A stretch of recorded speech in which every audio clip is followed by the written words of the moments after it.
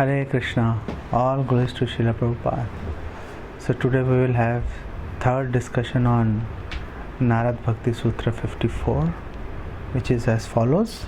Gunarahitam Kamana Rahitam Pratikshan Vardhamanam Avichinnam Sukshmataram Anubhav Rupam.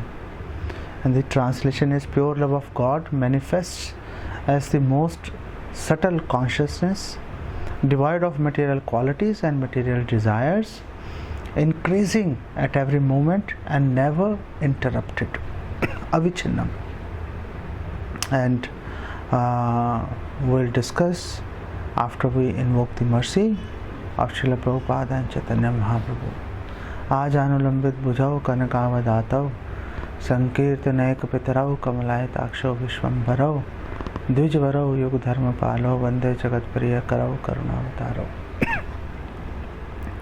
वंदे श्री कृष्ण चैतन्य नित्यानंदौ सहोदितौ गौड़ोदय पुष्पंदौ चित्रो छंदो तमोनुतो पंचतत्वात्मकं कृष्णं भक्त रूप स्वरूपकं भक्तावतारं भक्ताख्यं नमामि भक्त शक्तिकम्। श्री कृष्ण चैतन्य प्रभु नित्यानंद श्री अद्वैत गदाधर शिवासदि गौर भक्त वृंदा। हरे कृष्ण कृष्ण कृष्ण हरे हरे, हरे राम राम राम हरे हरे। वैराग्य विद्या निज भक्ति योगा शिक्षार्थम एकः पुरुष पुराण। श्री कृष्ण चैतन्य शरीरधारी कृपाम्बुधिर यस्तम अहम प्रपद्ये। नमो विष्णुपादाय कृष्ण प्रेष्ठाय भूतले श्रीमते भक्तिवेदांत स्वामिनिति नामने नमस्ते सारस्वते देवे गौरवाणी प्रचारणे निर्विशेष शून्यवादी पाश्चात्य देश तारिणे। हरे Krishna. So for the last 2 days we have been speaking on this particular sutra verse and of all the qualities of pure devotional service mentioned in this sutra. We have so far covered Gunarahitam, Pratikshan Vardhamanam and Sukshmataram, and today we will try and discuss the rest of the qualities and then move on. So Shri Narad here says that the pure devotional service is Kamana Rahitam, is devoid of material desires. And we start this verse by quoting Srila Rupa Goswami, who says, well, if you are talking about the definition of devotional service, well, the devotional service, the pure devotional service actually is Anyabhilashita Shunyam. There is no desire which is not connected with Krishna. Why? Because as soon as we have desires other than Krishna, we immediately fall down to this material world, and that is why we are here. We have so many desires which are really not linked, connected with Krishna, and Krishna is giving us opportunity to fulfill our desires based on our karma and the accumulated pious activities. And then because we do so many sins while enjoying those pious activities, we incur sins and we suffer so many miseries in this material world. So that's a reason why our acharyas, why Shri Krishna, they are saying Vitarag Bhaya Krodha, that you should try to become free from desires. Unless we become free from material desires, we are bound to face consequences of all of our activities. And Krishna says that if you don't work for me, yajna arthat karmano anyatra lokayam karma bandhana, that if you work, if you do any work which is not connected with Krishna, which is not directed towards yajna means Krishna basically, then you are bound to get entangled in this material world.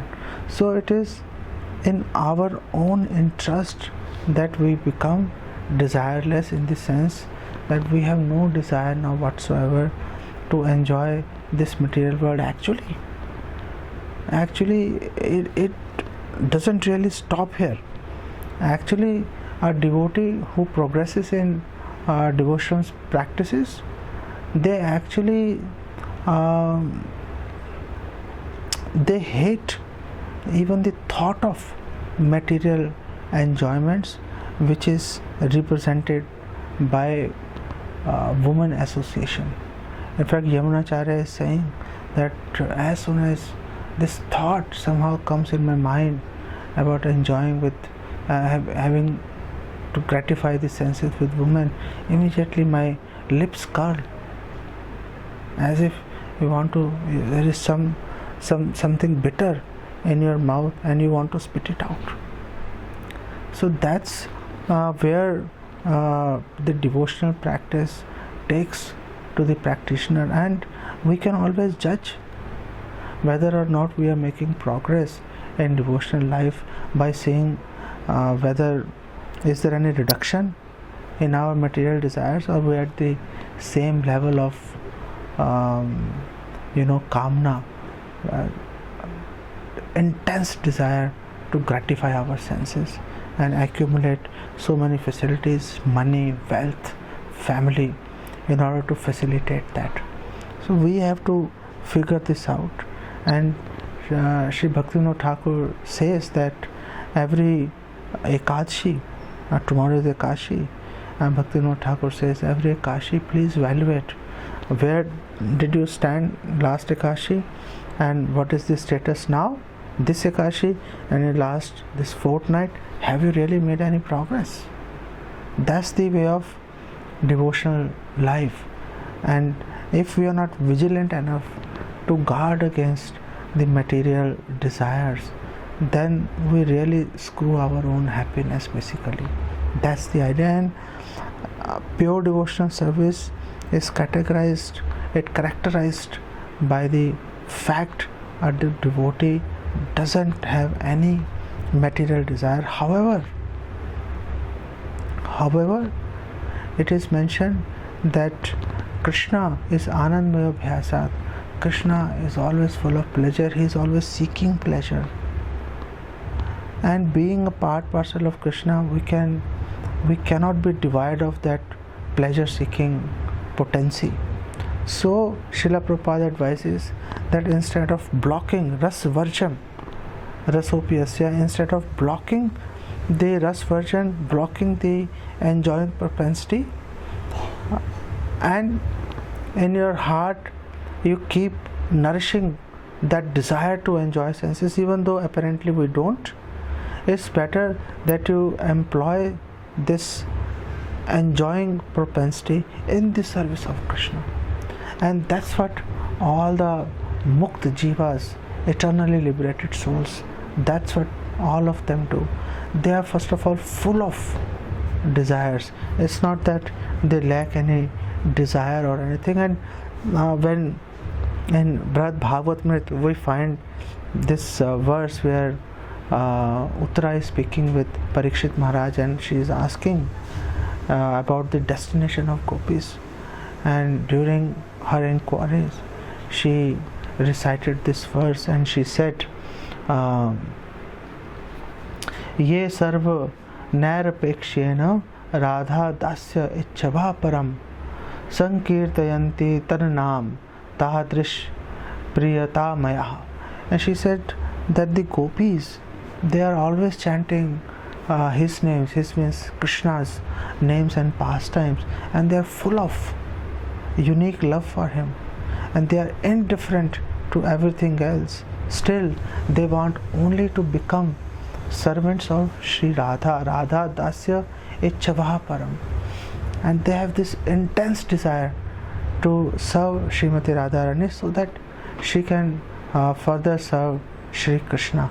So from this verse we can see that it is not that we are that the devotees in the associates in Golok Dham, they are devoid of desires. Actually, the desires they have, those desires surpass in excellence the material desires by and far. You cannot compare, and we will come to that. We'll come to that comparison also in a short while. Chaitanya Mahaprabhu also expressed the same sentiments when somebody asked his introduction. And Chaitanya Mahaprabhu said, well, I am not Brahman, Kshatriya, Vaishya, Shudra. I am not sannyasi, grhastha, brahmachari, vanprastha. Then who are you? I am this servant, Gopi Bhardur, Pad Kamalevar Das Asanudas. I am servant of the servant of the servant of the Swami, the Lord of Gopis, Krishna.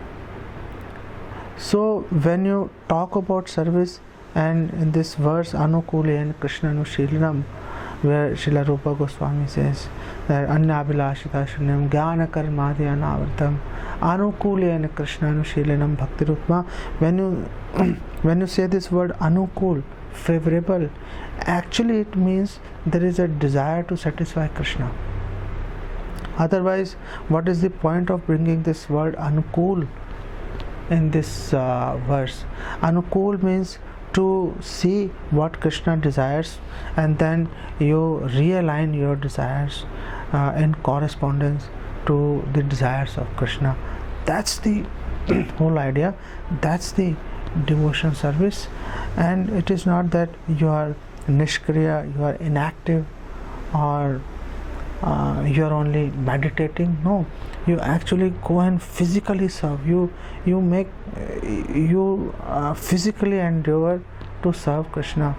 In Bhakti Rasamrita Sindhu, we find Rupa Goswami explaining that there are so many gopis, they have made so many things, they have brought so many things for Krishna. Some gopi brought a Vajanti garland, one gopi brought betel nuts, some other gopi brought the mascara, and so there are some gopi brought some dress, and some brought some helmet. So they have given all these things to Krishna's sakhas, the friends, and then those Narm Sakhi gopis, they have given, and now they are seeing, they are enjoying with pleasure how Krishna's friends, close friends, are offering all those items to Krishna, how Krishna is becoming pleased. That's the idea of devotional service, to find pleasure in the pleasure of Krishna, and that is never, you can't achieve that by becoming completely desireless. Somebody who is completely desireless, if somebody wants to become desireless, well, go to Brahmjyoti. You have no place in Vaikuntha Dham, in Golok Dham. Well, if somebody is really desireless, yet he is attracted by the beauty of Krishna, by the Aishwarya of Krishna, that devotee Krishna accommodates in his dham in Shant Rasa, make as a grass or a tree or anything. So that's the devotees in Shant Rasa, that they are actually desireless, however they are attracted to Krishna also. Okay, well, you become a blade of grass. However, as soon as you develop the propensity to serve Krishna, then the whole equation changes. Then suddenly you are actually interacting very closely with Krishna, you are playing with Krishna, you are trying to protect Krishna, and this is the sentiment. This is the sentiment that is expressed by so many devotees. Now, one devotee, she is praying to Krishna, and she is disclosing her heart's desire, and she says, Hriyam aghar muktava dhrik patangi mamasav bhayam api dametva bhakta vrindat trisharta nirvadhim avicharya swasya cha kshodhimanam tava charan sarojam ledhum anavichat isha. And she's saying, oh destroyer of Aghara, oh destroyer of Agha, oh Lord, I have given up shyness, and I have become fearless of the devotees. What the devotees will think of me? Are you crazy? That some devotees might think I am a crazy person. I have given up the most beautiful ornament that I have of shyness. I have given up lajja. And why I have done that? That because I want, with Trishna, with a thirsty heart, I want to put forward to disclose my heart's desire, not even considering whether I am eligible or not. That's not even the point. I don't, well, I know I am not eligible, I am not qualified yet. I have that desire and I can't contain this desire in my heart anymore. I have to tell somebody, and who is a better person to disclose this desire than you? And this devotee, she is saying that with thirsty heart, not considering my insignificant position, I desire like a bee to taste constantly your lotus feet. That's her desire. She wants to taste the rasa that is found in the lotus feet of Krishna. Even Chaitanya Mahaprabhu says that I want to become a particle of dust under your lotus feet. Why? Because I want to be close to your lotus feet so that I can taste the rasa, that wonderful nectar of your lotus feet, that all the wonderful devotees are aspiring.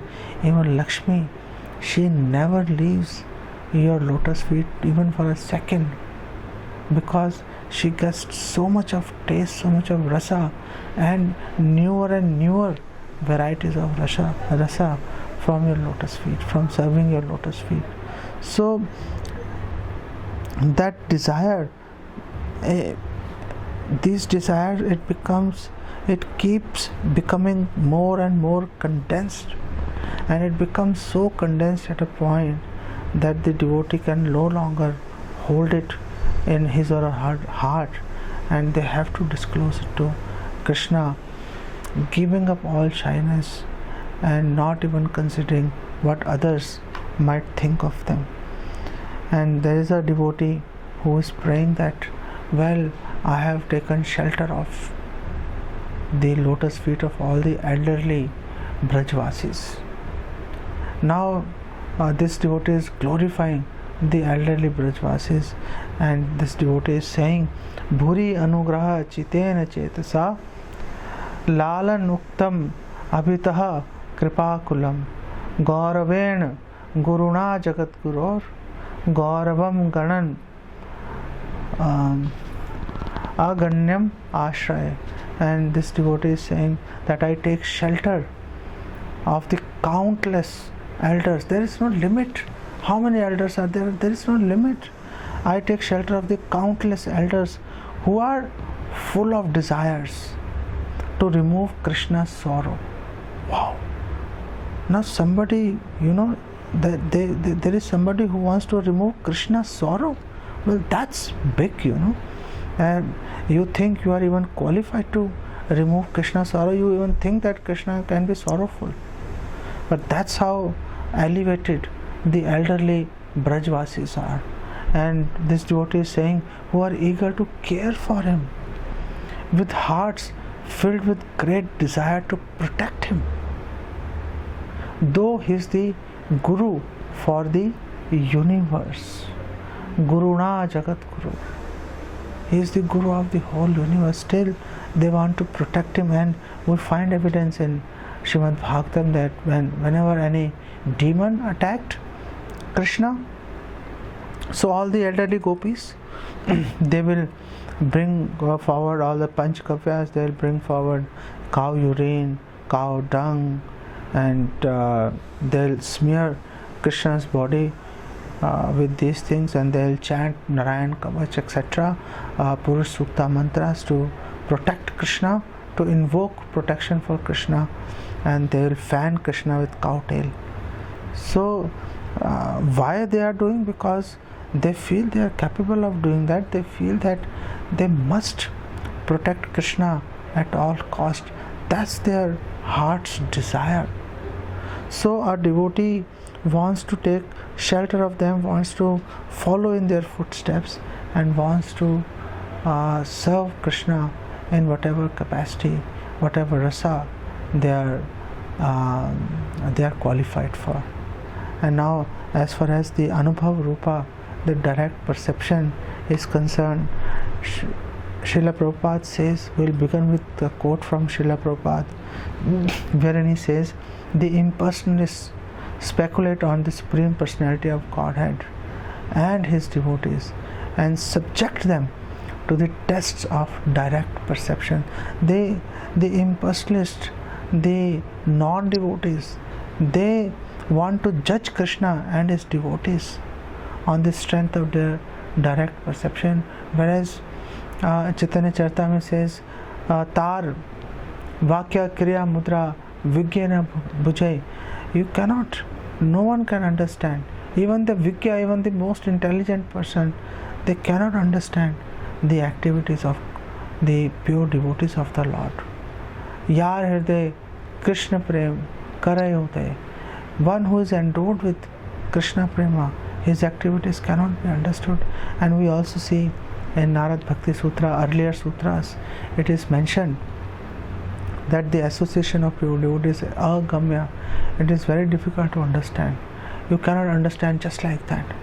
And as far as Krishna himself is concerned, Krishna anyhow is called Adhokshaja. Adhoksha means is beyond any sense perception. If we want to see Krishna, if we want to measure Krishna, if we want to bring Krishna, if we want to subjugate Krishna to our senses, well, that's not possible. That's not possible. If we want to see Krishna, it's not at all possible. And Srila Prabhupada says, but the Lord, His devotees and His devotional service, they are not subject to direct perception. It's not at all possible. So then how do you even do that? How do you do that? And Sri Narad has given the answer. He has solved this puzzle in earlier sutras, wherein he says, well, you become qualified. When you become qualified, Krishna will bestow the vision to you so that you will be able to see the glories of Krishna. You will be able to see the glories of the Vaishnavas, the devotees, the associates, and you will be able to see the glories of pure devotional service.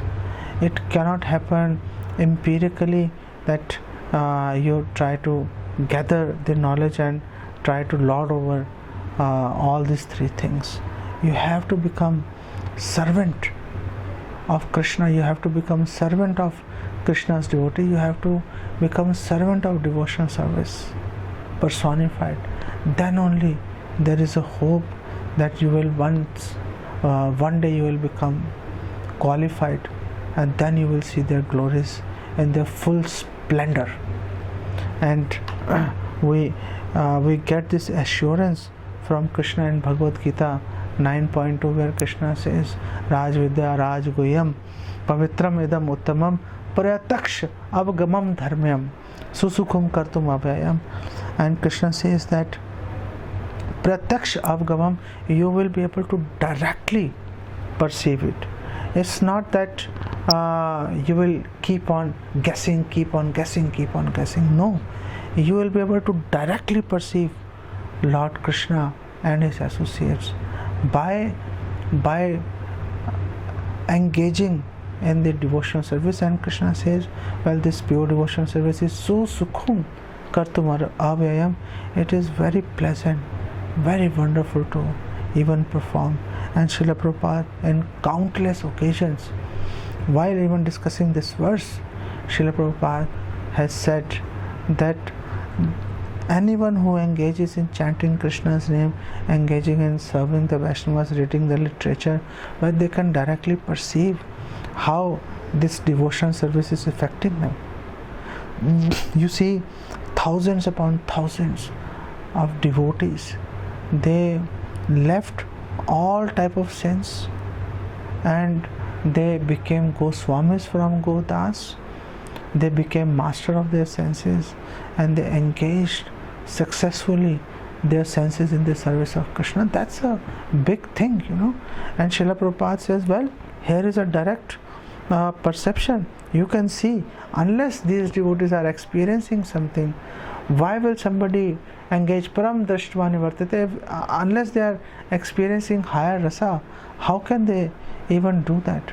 And the same thing is explained in Srimad Bhagavatam, 11th canto, 2nd chapter, 42nd verse, wherein it says, Bhaktir par ish anubhavo viraktir anyatra chaish trik ek kala prapatyamanasya yatha ashnatah syus tushti pushti kshudpayo anughasa. That anybody who engages in devotional service, who surrenders to the will of Krishna, three things happen immediately, simultaneously, tatakshana. And all these things are that you get the pure devotional service, and par ish anubhavo, you will be able to directly perceive the Lord. And viraktir, you will have detachment from the material world. So you'll have to gauge again that how much progress you are making by seeing whether how much your vairagya has increased and how much your eagerness, bhakti, to serve Krishna has matured, has increased, has enhanced. And it is as good as eating food. When you eat prasad or food, then three things happen simultaneously, and you taste the food, your body is nourished, and your hunger is satisfied. So all this thing happens with each morsel that you eat. It's not that you have to finish the whole food and then you will have some kind of experience. No, it is immediate. You get immediate results. You eat one morsel, you get result. You eat second, you get result. You can actually feel it happening as you engage. Similarly, Srila Prabhupada says, as a devotee engages in devotional service, then the devotee will be able to directly perceive what's happening. However, and it is also explained that the devotees who engage, they are able to see Krishna in their heart. Premanjana churita bhakti vilochanena santasadav hirdeshu vilokiyanti yamashama sundaram achindya guna swarupam govindam adi purusham tamam bhajami. A devotee is always able to perceive the Lord within his or her heart. And who is the better example than Sri Narad himself? You see, Sri Narad, he was a son of maid servant in the previous life, and he served the Vaishnavas. He ate their remnants. He heard their instructions during Chaturmasya, and after the demise of his mother, he went to the forest and he was meditating on the form of Krishna, and suddenly his heart Krishna appeared, and Krishna said, I am very pleased with you. And Sri Narad, he was also very pleased when he had the vision of Krishna. But Krishna said, look, I am giving you darshan only once. Now in this lifetime you will never see me. Why? How will I live? I can't live without seeing you even for a second now, since I have seen you. Then Krishna said, well, you please intensify your desire to see me. That's what I want for you, and this is in your best interest. So Sri Narad did exactly that, and you see, he became Sri Narad. That's who he is, and he is able to wander across the spiritual and material world at his own sweet will. And he is saying, when he went to Dwarka and he had direct darshan of Krishna, and it is explained in Bhakti Rasamrita Sindhu 4-6, and there it is mentioned, Ekam ev vivid udyam bhajam mandireshu yugapan nikhileshu dwarakam abhi samiksha mukundam spandan ujjit tanur munir asit. And when Sri Narad saw Krishna simultaneously performing various actions with one body in each queen's palaces in Dwarka, his body began to quiver. He began to tremble in harsh atirek, in excessive joy. He couldn't contain his joy seeing Krishna, how wonderful Krishna is, how wonderfully Krishna is performing all the pastimes. And I'll share with you some more examples of direct darshan of Krishna, and it says, and then we will conclude in the end with one reference that will blow your mind. So you'll have to bear with me. So in Hari Bhakti Shuddhodaya, it is mentioned that devotees now seeing Krishna face to face, and we see in Krishna Karnamrita, Bilmangal Thakur, he has this intense desire to see Krishna in his heart, and then he's praying to Krishna for his darshan. He's imploring Krishna, oh Krishna, please help me, I cannot tolerate it anymore. And then he has the vision of Krishna, he could see Krishna, and then he challenges Krishna, okay Krishna, now you try and disappear from my heart. You cannot do that. That's not possible. And Krishna admits, well, it's not possible for me. I am paradin. I am subservient to the will of my devotees. And that is why our acharyas are saying, Krishna se tomar, Krishna dite par, तुम्हारे शक्ति आचे, आमी तो कंगाल, Krishna Krishna बोले, धाई तबा पाचे पाचे. A devotee is telling his guru, oh my spiritual master, Krishna is your property. You can give Krishna to me. You can give Krishna to anybody because Krishna is your property, and you have this wealth. I am Kangal. I have no wealth at all. I am very poor. So I am loudly chanting Krishna Krishna, and I am running after you. You please help me. You please help me. So Krishna himself acknowledges that he becomes subservient. He is not independent in his will, and because for example, Sri Narad, he promised that Krishna will deliver both sons of Kubera. Krishna had to deliver. Krishna had to deliver them. It is not a question whether, and Sri Narad didn't ask permission from Krishna.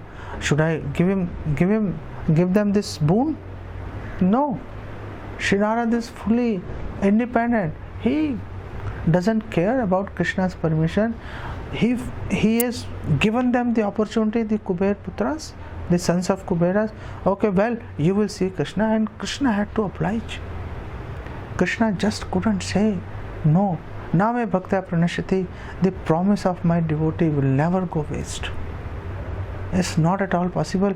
Krishna even breaks his own promise. In the case of Bhishma Deva, when Bhishma Deva was bent upon killing Arjuna, and Krishna broke his promise of not using any astra, any weapon in Mahabharata, and he took a wheel of a chariot and he ran to attack Bhishma Deva, and Bhishma Deva, he was praying, oh, this is so wonderful. I am so happy, Krishna, that you reciprocated with my love and you broke your promise to keep mine. That's how Krishna says that the promise of my devotee will never go fail. It's not even possible. It's unthinkable to do that.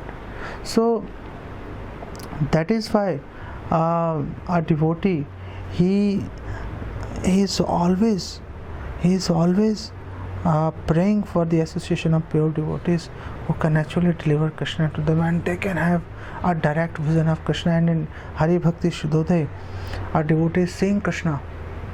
Now he has seen Krishna for the first time, and what is he saying? A devotee is saying, Tut Sakshat Karanalad Vishuddhabdi Sitasya me Sukhani Gosh Padayante Brahmani Api Jagadguru. And he is saying, he is telling to Krishna his experience. He is saying, oh Guru, oh Jagadguru, oh Guru of the universe, on seeing you directly, I am situated in a pure ocean of bliss, all the happiness of impersonal Brahman is as insignificant as the water in the hoof print of a cow. Now he has drawn a comparison that is there happiness in impersonal liberation? Definitely there is happiness there. Well, how big is that happiness? That happiness is huge. It's big. However, in comparison to seeing Krishna face to face, the personal form of Krishna face to face, that happiness of Brahm Jyoti, the merging into Brahm Jyoti, is as small as a hoof print of a cow. Now, what is a hoof print of a cow as compared to a vast ocean, and that ocean which is ever expanding? It doesn't have any boundaries, and even without boundaries it still manages to keep increasing every moment. Pratikshan Vardhamanam. So how do you compare these two things? It is basically incomparable. And that's what this devotee who has had his first darshan of Sakshat realization, Sakshat darshan of Krishna, is sharing his experience with Krishna. And I'll share more examples with you. And in Srimad Bhagavatam 10:90-26, the devotees they're praying to Krishna, "Oh Lord, being glorified in countless ways, forcibly attracts the minds of women who simply hear about him." That there are women who only hear about Krishna and they become attracted to him. Just like Rukmini Devi, she became attracted to Krishna and she heard his glories from a Brahman.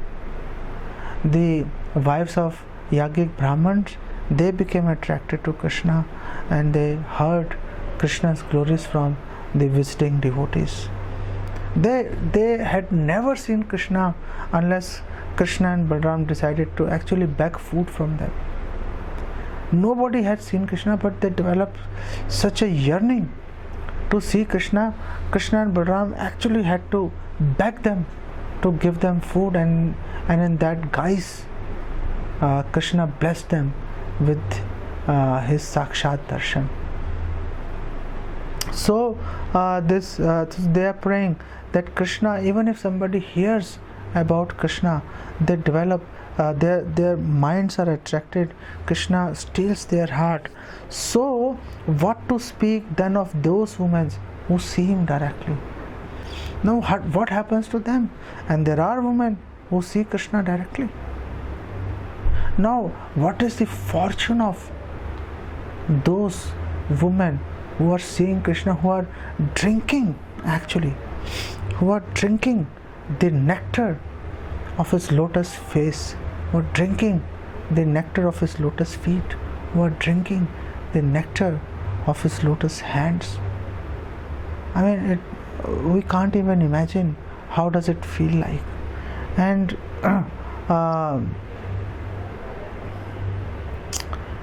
so there is another example, but that example is in a way covered by in Bhakti Hari Bhakti Shuddhodaya, so I am not repeating that. Now I will conclude this discussion with one verse, and that verse we should always meditate on, because this is the verse which will give us the impetus to actually go and see Krishna face to face. And here the Guru is telling the disciple, the devotee who has vision of Vaikuntha, he is telling the disciples, and he is saying, he says, well, na kaschid prabhaved bodhum samyak swanubhavam vina etan matram hi shakyet nirupayitum anjasa. That except by direct experience no one can rightly understand Vaikuntha. Okay, well, we have heard so many things that Chintamani prakaras sadmasu kalpa vriksha lakshavarteshu surbhir abhipalayantam Lakshmi sahastra shat sambram sevyamanam Govindam adi purusham tamam bhajami. Each stone there is touchstone Chintamani, each tree is Kalpavriksha, desired tree, each cow there is Kamdhenu Surbhi, and millions of goddesses of fortune, they are serving Krishna with a lot of respect. Oh, well, okay. Oh, that's what it happens. Well, now since we know this, well, what difference does this make? We have to actually go there to realize the full impact of this verse, and that's what here this devotee is telling to other devotee, that look, unless you see it directly, unless you experience it yourself, well, you cannot understand the full glory of Vaikuntha, full glory of having darshan of Sakshat darshan of Krishna.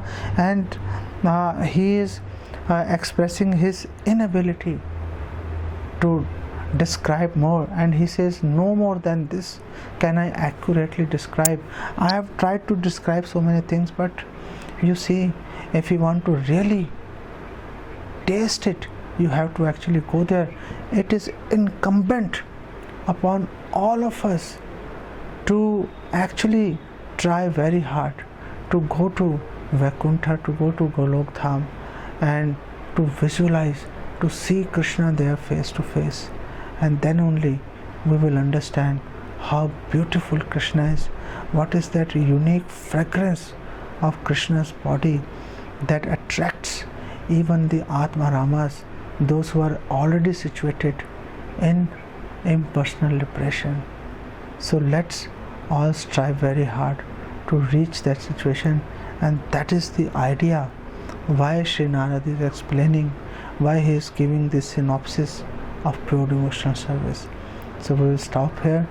Thank you for listening. Jagat Guru Srila Prabhupada ki Jai. Hare Krishna.